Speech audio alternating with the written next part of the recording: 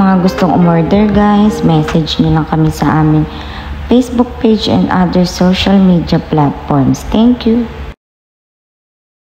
Pasya na inyo pong ihandog ang bahay nito ay isang, because this is a biblical principle. May mga implication kasi kung bakit natin ibinibless ang bahay. First thing, i-recognize natin ang lahat ng bagay dahil. So, sabi ng Bible, naked I came from my mother's womb, naked I depart. Ibig sabihin, wala tayong dala sa daigdig na ito. At pag umalis tayo sa mundo, wala rin tayo dala. Lahat ng meron tayo sa mga kamay natin, magandang gabi po. Ito po ay mula sa atin. So, isa pang implication, hindi lang basta nire-recognize.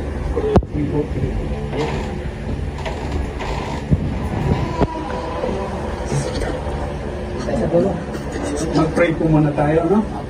Lord, kami po ay nagpapasalamat sa gabi po ito na binigyan kami ng natatanging sandali upang lumulog sa iyo at ang bahay na ito na pinagkatiwala niyo po sa kanila ay hingi ng iyong basbas. Salamat po sa ganitong pagpapasya.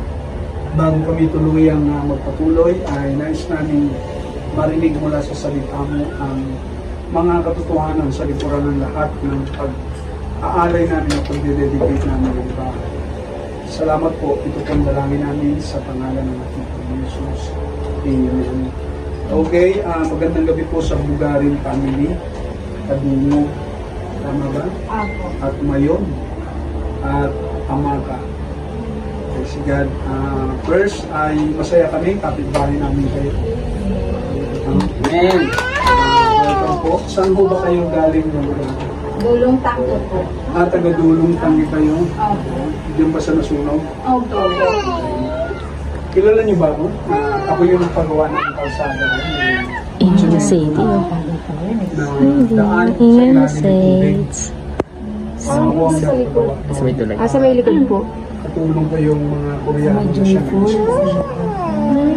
Matagal na ang project namin yung nasa mga 10 years ago. At kamakailan lang, last year ba this year? Nasunog yun? Last year. So, nandun sa taas. Salamat. Welcome po sa Romualda. Panibagong journey ng buhay niyo. Okay? So, anyway, sino po yung, paano niyo po, sino nakipag-coordinate? Sino kausap niyo? Sa labas po yung tao lang po. Mga tao. Okay po. Bibigay ko lang ang 4 na implication. Ano ang importance ng paghahandog ng bahay? First, nabanggit ko kanina, nire-recognize natin lahat ng bagay ay ang Diyos ang nagmamayari. Galing sa Kanya, we are just parang steward tayo. At ang may owner, ang may-ari ng lahat, walang ibang munisipyo.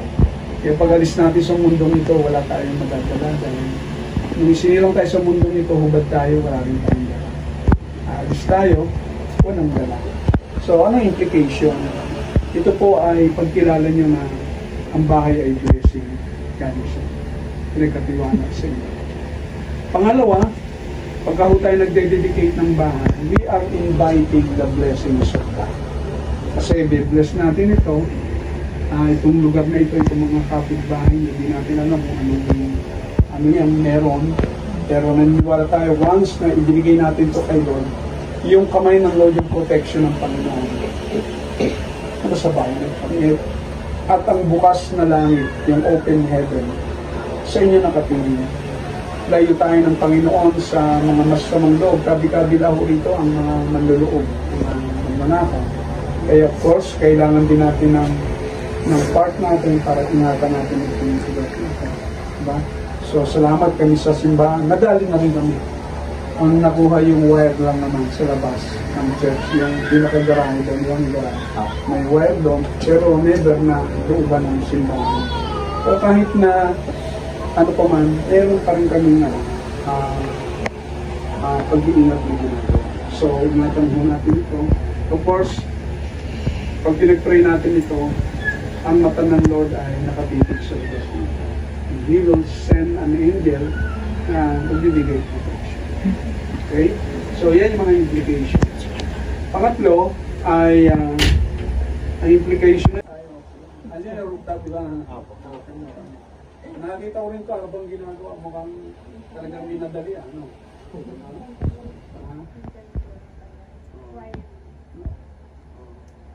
God. Pag-pray natin sa Lord na ito'y ihandog natin sa Kanya. So, ang gagawin natin, meron ba kayo langis? Kahit baby oil.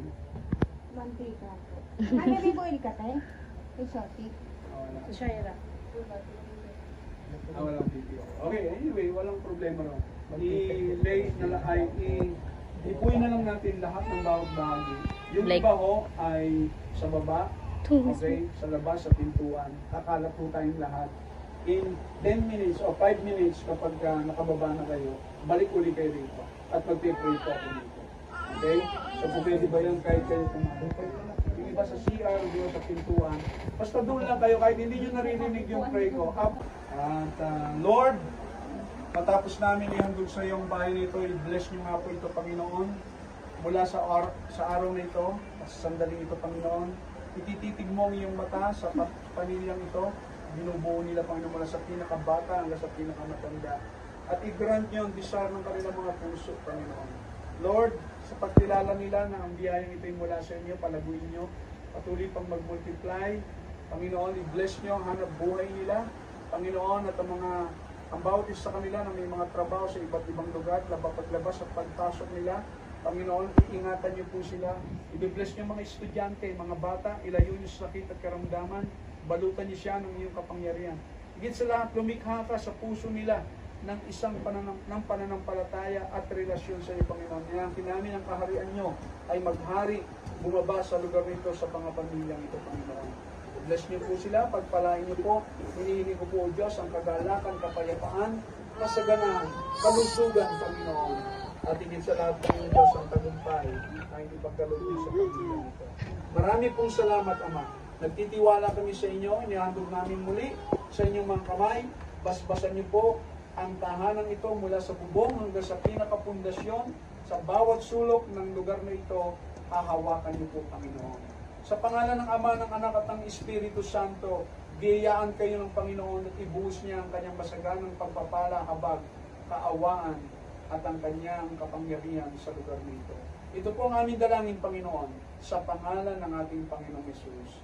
Amen. Palakpakan natin ang Lord. Okay, God bless you. Okay, pagka meron kayong time, invite na nila. Kapit-bahay naman tayo. Alas 4 ng hapon naman. Kami naman. 4 plus 6.